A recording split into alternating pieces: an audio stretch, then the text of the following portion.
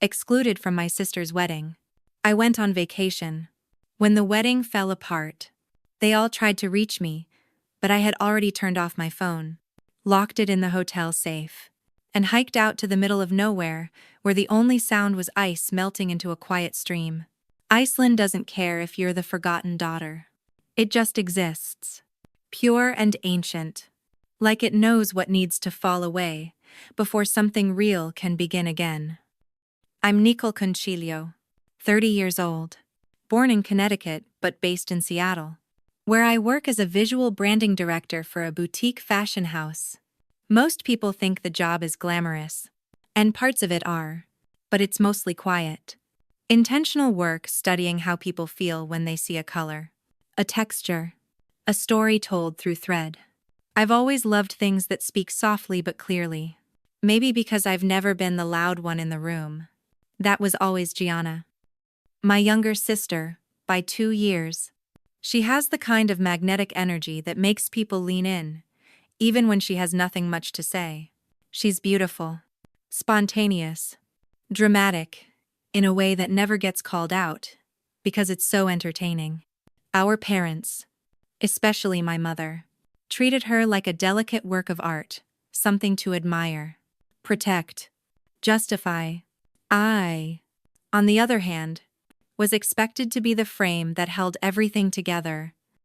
We grew up in an upper-middle-class suburb with a yard full of roses and a family calendar that I managed by age 10.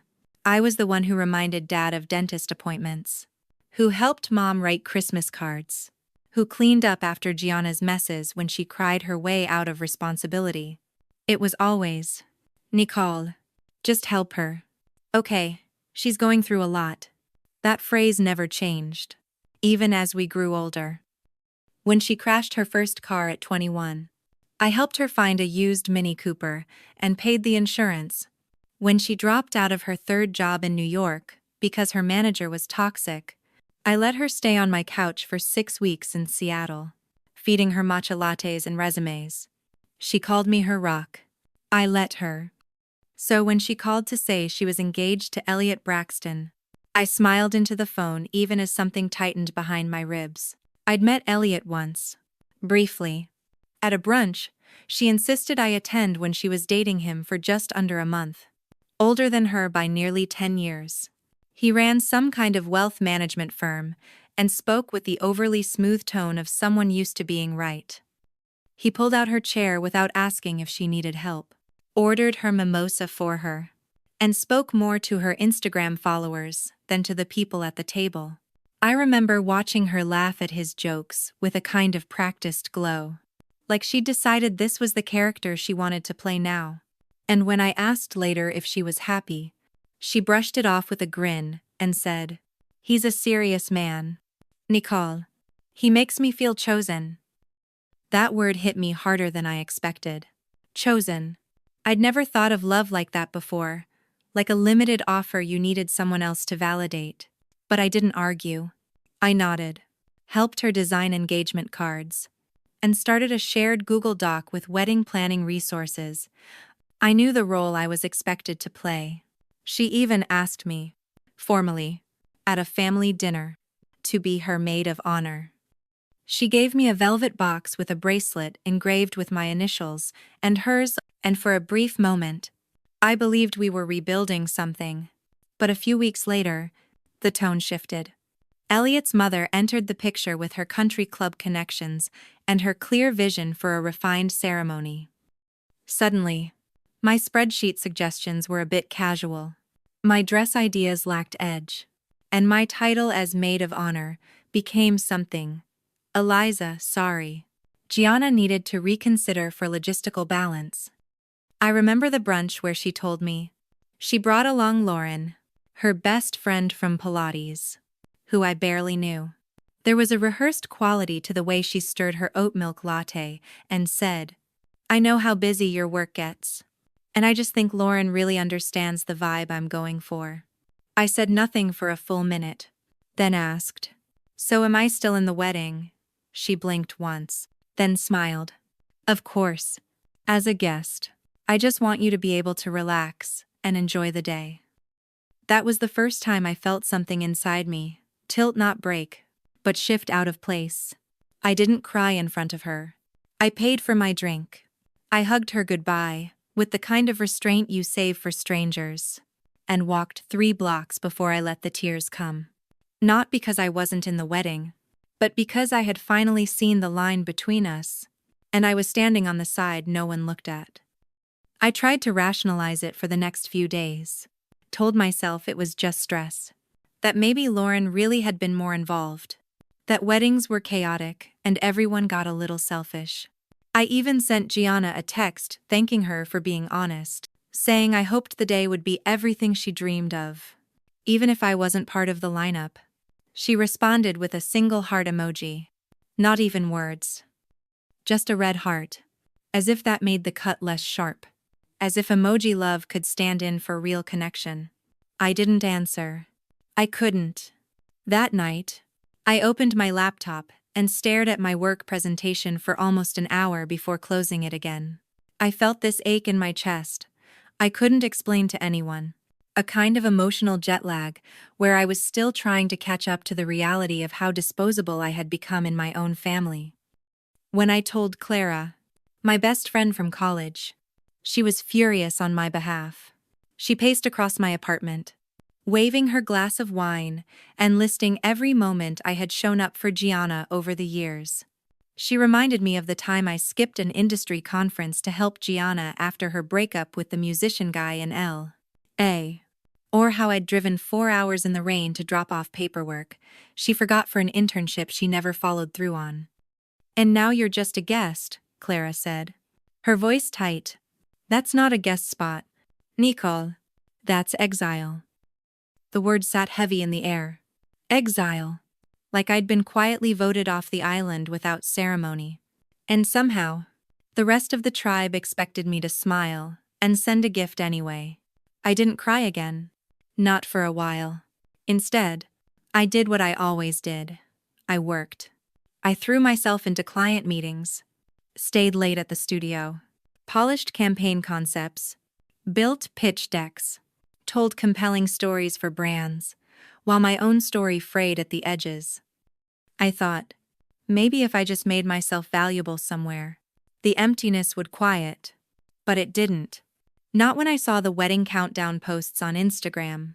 Not when my mother sent a group text with a photo of Gianna at her final dress fitting, surrounded by Elliot's family, and not a single concilio in sight. That was when I realized I needed to get out. Not to punish them. Not to create drama. But because I couldn't bear the idea of sitting in Seattle, in my 1-bedroom apartment, refreshing feeds, and watching a life I was once part of unfold without me. I had already requested time off for the wedding. So instead of canceling the PTO, I redirected it. One night, at 2 a.m, I opened a browser window and typed something I hadn't typed in years. Solo trips. For clarity. Iceland came up first. I don't know why I clicked. Maybe because the photos didn't feel performative. Just landscapes of silence. Steam rising from black rock. Waterfalls surrounded by moss and mist. It looked like the kind of place you went when you didn't want to be seen but still needed to be witnessed by something older, quieter, more permanent than judgment. I booked the trip on impulse, chose a small wellness retreat near Vic that didn't allow kids, conferences, or cell service in public areas. I didn't tell my family right away. When I finally called my mom and mentioned I wouldn't be attending the wedding, there was a long pause, then a sigh, then a soft, clipped, "I just wish you'd make more of an effort to support your sister." I didn't raise my voice. I didn't defend myself. I just said, "She made it clear she doesn't want me there." I'm honoring that. My mom didn't respond.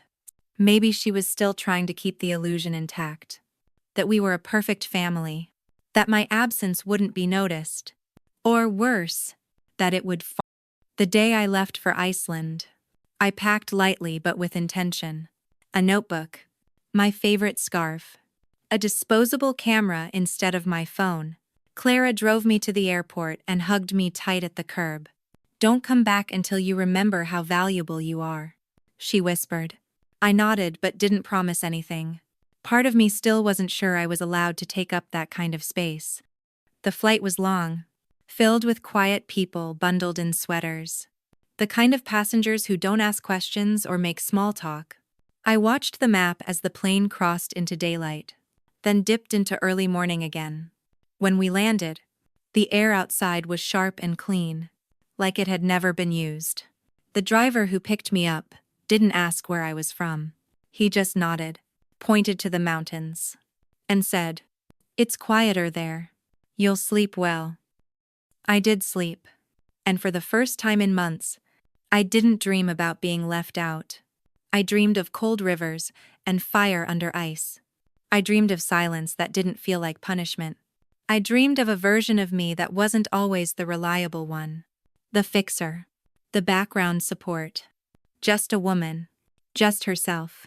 And somewhere between the steam rising from the thermal pool and the first crackle of northern light, I stopped needing to be chosen. The resort near Vic was tucked into a hill of volcanic soil, framed by black beaches and moss-covered stone. It wasn't luxury in the traditional sense. There were no white linens or spa robes waiting on the bed. Instead, it offered simplicity so quiet that it startled me. No reception music. No televisions.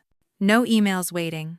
Just one long path winding toward the hot springs and another toward the cliffs, where wind carved its own language into the air. I checked in with a woman named Eva who wore wool everything and spoke softly like someone who didn't need to prove she existed. She handed me a metal key on a leather strap and said, "You'll want to rest first. Then walk until your thoughts start to listen." The first 3 days passed slowly. I woke up with the sun, ate skyr and smoked trout for breakfast, then wandered without an agenda. My phone was off, locked in the room, safe, and with each passing hour, I felt less tempted to touch it. There was nothing urgent back home. And even if there was, I wasn't the one being counted on anymore. That role had been stripped from me, gift-wrapped in disappointment, and handed to someone flashier. The freedom didn't feel like freedom at first. It felt like options, but slowly, that absence became quiet, and the quiet turned into space. On the 4th morning, I joined a small group for a hike led by a local guide named Matthias. He was in his late 40s, had silver in his beard, and moved like someone who had long ago stopped rushing toward anything. There were 5 of us, each in different phases of forgetting who we were back home. As we climbed above the fog line, he told us about the land's way of balancing itself, how fire lived beneath ice, and how locals believed that eruptions were not destruction but release. He turned to me at one point and said, "Some places break open to let go of what shouldn't be buried." That night, at dinner, I sat next to Eva, a documentary filmmaker from Montreal who had been coming to Iceland every year since her divorce. She was older than me by a decade and carried herself like someone who had lived through disappointment and no longer felt the need to explain it. She asked why I came, and I told her the truth, not the Instagram version. Not the curated sentence about needing a reset, but the real one, that my sister had uninvited me from her wedding, that I had always been the one who stayed silent to keep the peace, that I finally chose absence over performance.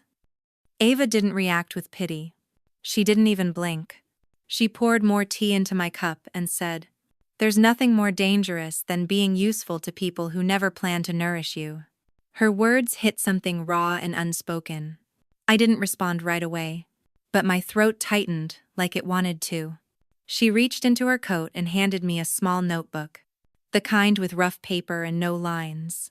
"Write it down," she said. "Not the event. The part of you that learned to accept it." I spent that night sitting by the window of my cabin, the moon high and still, and I wrote without planning. Memories came back in pieces. The way Gianna cried after crashing Dad's car and how I took the blame. The time Mom forgot to mention me in her birthday toast because she was praising Gianna's new Etsy business. The way no one called after I got promoted. But everyone flew out when Gianna lost her job. It wasn't just the wedding. It was years of being the shadow they leaned on and never looked at. The next morning, I woke with clarity I hadn't felt in years. I didn't need to fix it. I didn't need to send a message or write a long, heartfelt explanation. What I needed was to keep walking, keep writing, and stop measuring my value by how replaceable I was to people who only noticed my absence when something broke. By the end of the week, I had filled nearly half the notebook. Not just with pain, but with truth. I wrote about how tired I was of being the strong one, about how that label became a trap. Strong meant silent. Strong meant available. Strong meant being skipped over because they assumed I could handle it. But no one ever asked if I wanted to. No one ever asked if I needed softness too. That evening, Matthias led a guided meditation at the edge of a cliff, facing the Atlantic. He told us to picture what we were still carrying, the weight we had mistaken for identity. Then, in silence, we watched the ocean take back the light as the sun dropped into mist. I didn't cry, but I did feel something shift. Like I no longer needed to keep holding the invisible threads that tied me to people who never learned how to hold me back. When I returned to my cabin, I looked at my phone in the safe and didn't touch it. I wasn't ready. Whatever was happening back home could wait. For the first time in my life, I wasn't waiting for them to need me again. While I was learning how to breathe again, in a place where no one knew my name or asked about my title, something else was unfolding back home. I didn't know it at the time. I was out on a glacier hike the day it all unraveled, wrapped in thermal layers and quiet, watching ice break under sunlight, like the earth was exhaling. I remember that morning vividly, because it was the first time I didn't check my reflection before leaving the cabin. There was no one to impress, no one to reassure. I had finally stopped performing for people who never watched the full show. Back in Connecticut, preparations for the wedding were entering full spectacle mode. Gianna had posted a countdown reel with slow-motion clips of her gown, handwritten vows, and champagne towers, all set to a trending audio track. Elliot's family had flown in early. His mother, Celeste, was reportedly staying in the bridal suite and had taken control of everything from seating charts to floral arrangements. My mother texted Clara asking if she thought I might reconsider attending, even just as a silent guest. Clara never replied. She forwarded the message to me instead, along with a note that simply read, "Still think you were overreacting." But I didn't read that message until days later, because while the guests were checking into the Grand Hotel in Greenwich and posing by ice sculptures with gold initials, something cracked beneath the glossy surface. It began with a rehearsal dinner toast that wasn't in the script. Elliot's best man, Aaron, a finance bro with more ego than sense, decided to roast the groom about his past, almost weddings. The room laughed nervously, but Gianna didn't. She looked confused. According to Clara's sister, who worked at the event, Gianna had only ever been told that Elliot had one serious ex, not a whole engagement. Not two. What happened next unraveled quickly. Gianna confronted Elliot privately in the hallway, and the argument escalated fast. Ed dismissed her questions, told her she was being sensitive, that no one needs to know everything. When she kept pressing, he grew cold. Then, her phone buzzed. A text from Lauren, her new maid of honor, saying she overheard Elliot's mother on a call with someone asking for an emergency line of credit. Something about a firm collapse. A canceled deal. Numbers that didn't add up. Gianna, who had spent months curating perfection, suddenly found herself staring into a story she hadn't written. She took Elliot's phone when he stepped into the restroom and found messages to a contact saved only as A. Screenshots of statements, private agreements, a document with both their names and a note, "Need her signature before Friday." That was the moment it all shattered. She stormed out of the hotel, barefoot, in her rehearsal dress, and called my father in tears. For the first time in years, he didn't minimize her emotions. He told her to come home immediately. The wedding planner tried to intervene, but it was too late. By midnight, the bride was back in her childhood bedroom, and the ballroom sat empty. The next morning, Gianna called off the wedding. Officially, she refused to speak to Elliot. She blocked his number. My parents went into quiet panic. My mother cried for 3 hours and then began calling every guest, trying to spin the story into something manageable. Postponed, she told some. Emotional exhaustion, she told others. But the truth was messier than anything she could polish. And that's when they started trying to reach me. 17 missed calls. Voicemails from my dad, saying Gianna needed me. My mother, pleading. Even Lauren messaged me saying, I didn't know it was this bad. She needs her sister. Clara got a call from my aunt. The same aunt, who hadn't spoken to me since I was difficult about my role in the wedding. Suddenly, I wasn't an inconvenience. I was essential. The irony wasn't lost on anyone. But in Iceland, I hadn't turned on my phone. I was in a remote valley, watching puffins skim the sea and learning how to make fermented shark from a local chef. I wasn't punishing them. I just wasn't performing anymore. And for once, their panic didn't reach me in time to become my burden. That night, as the sky turned lavender behind the cliffs, I sat outside my cabin and wrote one sentence in the notebook Ava had given me.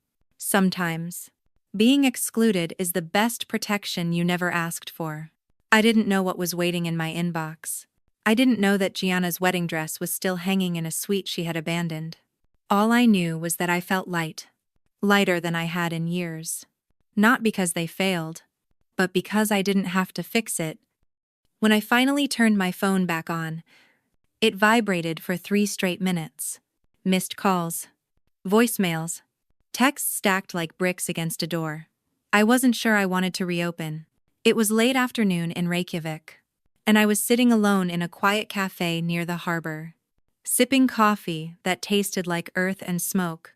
The city felt half asleep, as if it had agreed to pause with me. I hadn't planned to check in until my flight out, but something pulled at me. Maybe it was curiosity. Maybe it was the quiet part of me that still wanted to know if anyone had noticed I was gone. The first message I opened was from Clara. You need to hear this, it said. Then a voice memo. Gianna sobbing. Not performative sobbing. Not dramatic pauses or scripted lines. Just raw, stumbling words. He lied, she whispered. I feel like I don't even know what's real anymore. Then silence. I stared at the screen and didn't move. The next was from my father. I know you're probably not interested in anything we have to say right now, but your sister made a mistake, and she's realizing it. Please call home. There it was. Home. That word that used to feel like safety, then duty, and eventually became a word I stopped using. I didn't reply. I didn't cry. I just sat there, holding the phone like it weighed more than it should. For a second, I imagined what they all looked like now. The dining room, dim with stress. My mother, pacing. My dad, quiet, but staring at the floor. And Gianna, curled up in the blanket she used to steal from my room when she couldn't sleep. The same room she pretended I didn't exist in when the wedding planning began. What surprised me wasn't that they were reaching out. What surprised me was how calm I felt. No adrenaline. No sharpness in my chest. Just a steady pulse of knowing. I wasn't angry anymore. I wasn't waiting for an apology either. What I had now was distance. And clarity. The kind that only shows up when you stop needing people to see your side and start accepting who they are when no one's watching. I replied to Clara. I'll fly home Friday. I wrote. Tell no one. She responded instantly. You sure I was? Not because I missed them, but because I needed to see it for myself. The fallout, the shift. I needed to walk into that house, not as the daughter who begged to belong, but as the woman who no longer needed to. The flight home was quiet. I sat by the window and watched the clouds below, like old thoughts finally passing. At JFK, I didn't go straight to my parents' place. I checked into a hotel first. Small, clean, anonymous. I wanted one more night of space before stepping back into the frame they had painted without me. I ordered dinner and sat on the balcony, looking out over the city I used to think would never change. But maybe it wasn't the city that changed. Maybe it was me. The next morning, I arrived unannounced. My dad opened the door. He didn't say anything at first. I just looked at me like I had returned from another lifetime. Then he stepped aside. My mother was in the kitchen, and when she turned, her face dropped. Not from shock. From something heavier. Guilt, maybe. Or the realization that I wasn't there to be rescued or lectured or forgiven. I was simply there. Gianna was upstairs. I found her sitting on the floor of her childhood bedroom, surrounded by unopened gifts and scattered ribbons. Her makeup was smudged, her eyes raw. She looked up and didn't say my name. Just, "You came." I nodded. Saturday, down across from her. We didn't hug. We didn't need to. After a moment, she whispered, "I don't know how I missed it. All of it. He was using me." And I pushed away, the only person who ever told me the truth. I didn't say. "I told you so." I didn't say. "You should have seen it." I said. "You were trying to matter to someone who needed you." Confused. "That's not your fault. But it's not your job to fix anymore. Either." She cried quietly, then asked if I wanted to help her pack. I said no. Not yet. First, I needed her to understand something. I'm not here to fix it. I'm not back because I need to belong. I came because I wanted to see if you were ready to be honest. And for the first time in years, she didn't deflect. She didn't retreat into charm or defensiveness. She just nodded. "I think I finally am." The shift didn't come with a dramatic announcement or an explosive confrontation. It came quietly. The way morning light creeps through closed blinds. I didn't tell anyone I was staying longer. I kept my hotel room, checked in, under a different last name, and made no effort to be visible. I wasn't there to perform grief or forgiveness. I was simply present, and in that silence, I noticed things others didn't. The week after the wedding collapse, my parents entered full reputation recovery mode. They told friends Gianna had a moment of clarity, that she was wise beyond her years for stepping back. They framed it as a powerful act of self-respect, which in some ways, I guess it was. But they never mentioned how they erased me to make that wedding happen. Never once admitted the way they'd participated in choosing a fantasy over family. They were rewriting the narrative without acknowledging the missing chapters. I watched it all from a distance. Coffee with Clara. A walk through the old bookstore where I used to shelve poetry collections to avoid Sunday dinners. At one point, I ran into Elliot. That part wasn't planned. He was coming out of the gym.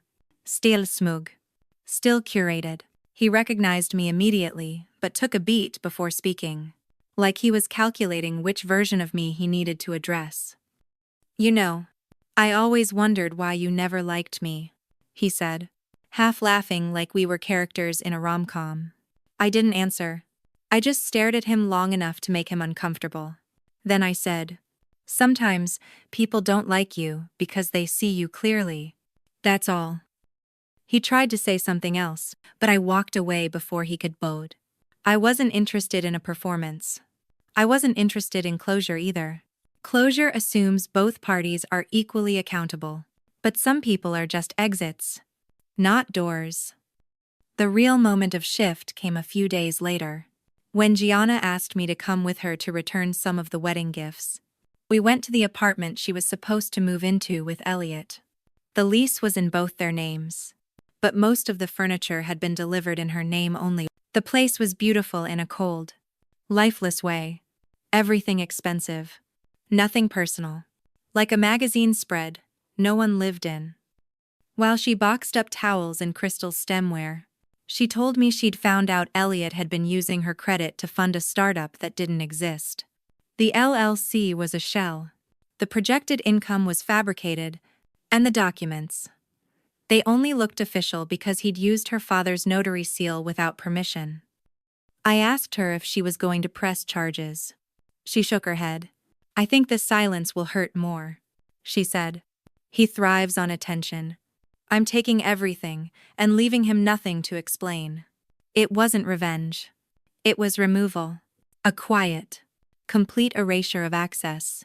And for once, I saw her not as the curated, perfect girl who always needed a stage, but as someone finally learning to live without applause. Before we left, she handed me a small box. He never saw this, she said. Inside was a framed childhood photo of the two of us, sitting on a swing set, our hands sticky with juice pops and dirt. It had been in her bedside drawer. I almost threw it away when we stopped talking, she said. But I couldn't. I didn't say anything. I just put the photo in my coat pocket and helped her carry the rest down to the car. That night, Clara posted a photo of us on her story. Nothing dramatic, just two sisters walking side by side, down a sidewalk at dusk. Backs to the camera. No caption. Within an hour, I got texts from family members I hadn't heard from in years. Some apologizing without specifics, others pretending they'd always been neutral. But I didn't reply. The version of me they ignored had already outgrown their explanations. I didn't need them to regret what happened. I needed them to live with the truth of it. That was the only justice that made sense to me now. No confrontation. No spectacle. Just the mirror they tried so hard to avoid, held up. Steady. And quiet. I didn't post anything. New quotes about resilience. No selfies with subtle jabs. No vague captions designed to stir attention. I just lived. Quietly. But visibly. I stayed in town for a few more days. Long enough for people to notice that I hadn't disappeared. Long enough for my name to show up in conversations they used to avoid having. I went to the coffee shop where Gianna's wedding planner used to host her clients. The woman recognized me, hesitated, then leaned in and whispered, "You handled that with more grace than I ever could." I just nodded. There was nothing to prove anymore. What needed to be said had already shown itself in who remained calm when everything fell apart. One evening, Clara invited a few mutual friends over. People who'd known us since childhood, who'd seen our dynamic play out 100 times but never interfered. That night was different. One of them, Mara, brought wine and a nervous energy. After the third glass, she said it. "We always knew they treated you differently. We just didn't think it would go this far."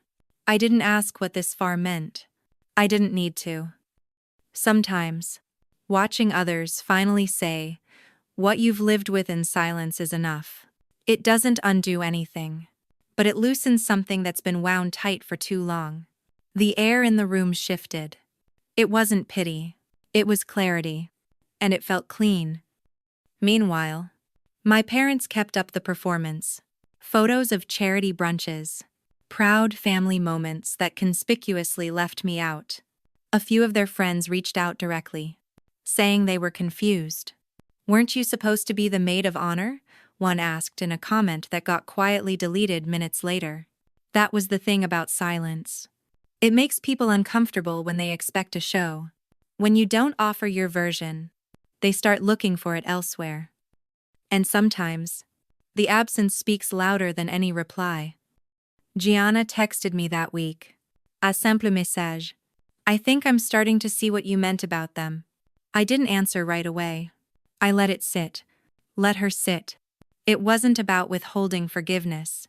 It was about making sure she understood that healing doesn't happen in a day. You don't get to skip the part where you learn why someone stepped away in the first place. But I eventually wrote back. "Good. Keep looking." A few days later, she showed up, unannounced. No makeup. Hair messy. No juvelry. No filter. No performance. She looked like someone who had finally peeled off every borrowed expectation. We sat in my small kitchen, drinking lukewarm tea. She told me she was moving. Not far. but far enough. She'd gotten a short-term lease in a neighborhood. No one in our family would casually visit. I need space to figure out who I am when I'm not performing loyalty, she said. I didn't smile. I didn't congratulate her. But I did refill her cup. And that was enough. That week, I signed a contract for a new consulting project. It wasn't glamorous, but it was real. It came from a recommendation by someone who had watched how I handled myself without knowing I was watching back. Quiet character speaks in ways volume never can. It reminded me of something a mentor once told me. The real reward for doing the right thing is being the kind of person who does. There's no award ceremony for that.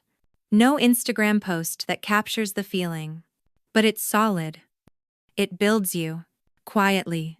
But permanently.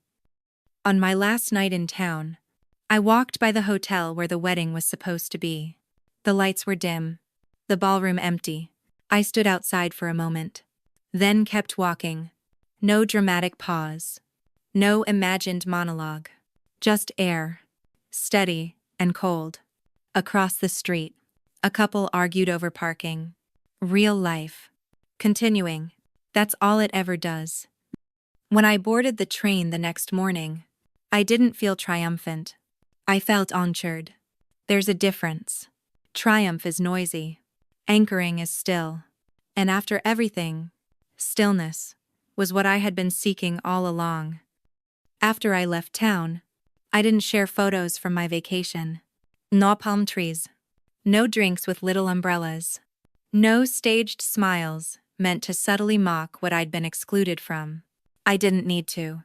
What I found more powerful was something people don't usually post peace.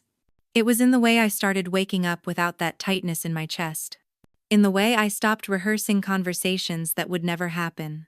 No audience. No performance. Just breath. Sun. And space. I walked through quiet streets in a city where no one knew who I was or what had happened. No one looked at me like the second daughter. No one had expectations to uphold or judgments they'd already made. I was just another person. I free to choose how I moved. That's what clarity felt like. Not fireworks. Just freedom.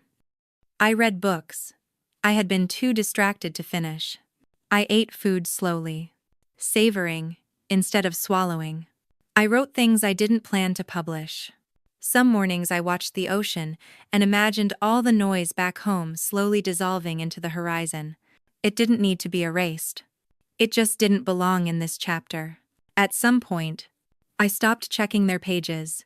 I no longer wanted to know what excuse they gave for my absence. I no longer cared who wore what or which cousin cried for attention. It wasn't numbness. It was calm. A new kind of muscle memory that refused to flinch every time someone mentioned family. What surprised me most was how easily I adjusted to not being included. Once the sting faded, I realized how much space it created. There was room now, room to think, to feel, to choose. I could finally tell the difference between love and obligation, between loyalty and convenience. Some days that realization hurt. But it also made me feel like I'd just stepped out of a room that had been quietly suffocating me for years. I hadn't known how much I'd bent until I stood up straight. One evening, I met a couple at a small bar along the coast. They were older. Traveling artists who asked if I was alone. I said yes. And the woman nodded without pity. That's brave, she said. To travel without needing someone else to anchor the trip, most people never learn how. That stayed with me. Not because I needed the compliment, but because it made me realize I hadn't been anchored for a long time. I'd been dragged by expectations, guilt, fear, and now I wasn't. I had floated for a bit, yes, but I was learning to steer. Eventually, I got a message from my cousin Jordan. Just a line. You missed a storm. No details. No drama. No gossip. He always had a way of cutting to the truth without dressing it up. I didn't reply. I didn't need to. The storm wasn't mine to manage anymore. For once, I wasn't the emotional sponge, or the unpaid therapist, or the mediator who sacrificed herself to keep everyone else from breaking. This time, they could clean up their own mess. And I didn't have to explain my absence to anyone. As the trip ended, I felt something I hadn't felt in years. Not happiness, not even satisfaction, just wholeness. I hadn't won anything. I hadn't defeated an enemy. There was no dramatic reveal or final confrontation. But I had reclaimed myself, quietly, steadily. No one handed me closure. I built it, one quiet boundary at a time. On the flight home, I drafted a letter, not to send, just for myself. I wrote it to the version of me who used to keep the peace at her own expense. The one who cried in locked bathrooms after family events and then smiled like nothing hurt. I told her she was right to step back, that it wasn't weakness to protect herself, that boundaries don't make you cruel, they make you whole. I folded the paper, tucked it in my notebook, and didn't look at it again. When I walked into my apartment, the silence didn't feel lonely. It felt earned. It wasn't empty. It was full of things that mattered: my own breath, my own voice, the echo of someone who didn't need to be invited anymore to feel like she belonged. Back home, I thought maybe they'd at least try to reach out, even a shallow attempt, like a forwarded photo, with no caption or a lazy group message that accidentally included me. But days passed, then weeks, and the silence grew teeth. Not the kind that bit, but the kind that made you realize this wasn't just about forgetting, it was about erasing. I wasn't surprised anymore. I was just quietly confirming what I already knew. They hadn't excluded me by mistake. I was simply no longer convenient to their version of the story. And that kind of clarity doesn't shatter you. It steadies you. I started noticing things I had brushed off before, like how my mother only called when she needed a favor, or how my sister could compliment me in public, then tear me apart in private, like how I was always expected to forgive quickly, but never allowed to feel fully. This wasn't a one-time betrayal. It had been years in the making, a slow erosion of worth, dressed up as tradition and family duty. I didn't make a scene. I didn't confront anyone. What would be the point? They'd deny, deflect, dismiss. Instead, I started quietly changing the locks not just on my door, but in my head. I removed myself from the group chat. I archived the photos. I took down the framed picture of me and Mia in Paris that sat near my desk. It had once made me smile. Now, it just reminded me how easily she could smile too, even while closing the door behind me. One evening, while organizing my documents, I found an old folder labeled "Just in Case." It was filled with contracts, property records, and screenshots I had saved over the years. Evidence of projects I helped them with, business accounts I'd set up, contributions that had conveniently disappeared from every family success story they posted online. I didn't plan on using them. I didn't want revenge. But I wanted the truth in front of me. Not for them. For me. To remind myself I hadn't imagined my value. I hadn't hallucinated the betrayal. At work, things were finally shifting. My side project, something they had once mocked as just a blog, was gaining traction. A small indie magazine reached out asking for a guest column. Then a podcast invitation came. Then a niche conference. Not flashy things. Not overnight wins. But steady, real progress, built on consistency. Not applause. When someone asked me on a panel how I dealt with imposter syndrome, I smiled and said, I stopped trying to prove anything to people who never looked closely enough to see what I was building. I didn't name names. I didn't throw shade. That wasn't the point. The point was, my worth didn't vanish just because someone else refused to recognize it. That knowledge felt better than any speech I could have made at a wedding. It stayed with me longer than any toast. And it didn't depend on whether anyone clapped. I kept hearing from acquaintances that something had gone wrong at the wedding. A storm. A delay. A missing vendor. Someone said the cake melted. Another said the hotel canceled a block of rooms last minute. I didn't ask for details. I didn't even allow myself to feel satisfaction. It wasn't about karma. It was about neutrality. I had finally reached the point where I wasn't centered in their chaos. That, to me, was the real win. I remember a specific day when the silence truly stopped hurting. It was a Saturday morning, and I was walking to the farmer's market. The air smelled like rosemary and warm bread. My phone buzzed, and for a second, I braced myself. Old habits. But it was just a notification from someone who'd commented on my latest column. A stranger, yet somehow more seen than I'd ever felt in my own house growing up. That was the turning point. I didn't just survive being excluded. I had outgrown needing to be invited. I had stopped trying to sit at tables where silence was weaponized, and apologies were always implied but never spoken. Now, every time my phone doesn't ring, I feel something different.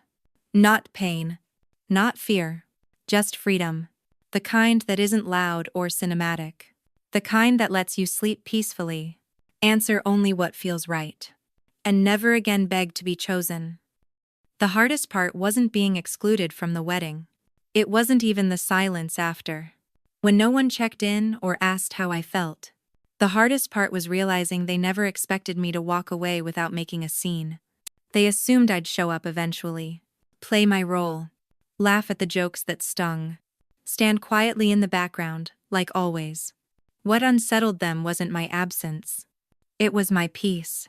The fact that I didn't chase, didn't fight, didn't beg to be included. I just chose something else, something that didn't require their permission. In the beginning, it felt unnatural, like I had left something unfinished. I kept waiting for the guilt to pull me back, but it didn't. Instead, a kind of stillness began to replace the ache. I stopped checking my phone for updates. I stopped rehearsing what I would have said in a toast that was never mine to give. I spent that weekend doing something I'd never allowed myself to do before, absolutely nothing for anyone but me. No favors. No cover-ups. No emotional labor disguised as loyalty. I rested. I thought. I listened to myself. For once. That quiet turned into clarity.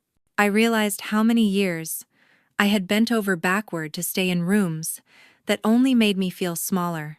Family events where my work was dismissed as a hobby, where my ideas were stolen or laughed at, where being the bigger person became a script I couldn't escape.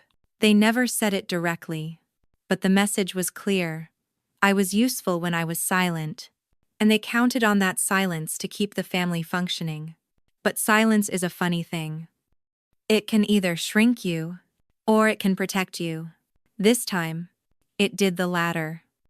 A few days after the wedding, my sister posted a photo with the caption, "Surrounded by love." I didn't feel anything. Not jealousy. Not anger. Just distance. Like I was watching a play I used to perform in. But now I saw the props and the lighting and the tired script. I wasn't part of it anymore, and I didn't want to be. That freedom, that unspoken choice, was the real milestone, not hers. Mina. Work picked up in ways I didn't expect. A client who had gone silent reached out with a new contract. An old friend sent my portfolio to someone launching a new publication. Bit by bit. The energy I used to spend, proving myself to people who never really looked, was redirected toward building something that actually mattered to me. I no longer craved applause. I craved alignment. And that changed everything. Then came the moment I didn't expect. My mother called. Not to apologize, but to ask if I could just come by for dinner the following week. No mention of the wedding. No acknowledgement of the silence. I knew what she wanted for me, to act like nothing happened, to reset the dynamic, to slip back into the quiet daughter role. I almost agreed out of habit. Almost. But then I paused and said, calmly, I don't think that's going to work for me right now. There was a pause. Just air. between two people who'd never really spoken freely.